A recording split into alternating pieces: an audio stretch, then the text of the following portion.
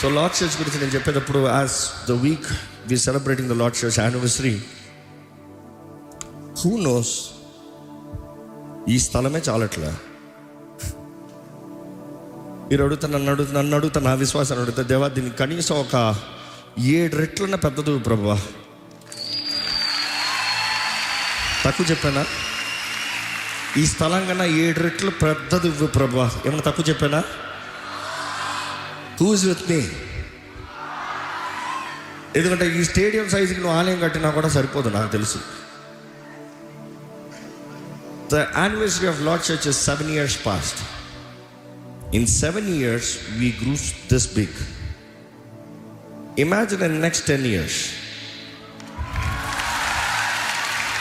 I will tell you one thing, గర్వంతో చెప్పను, దీనత్వంతో చెప్తాను.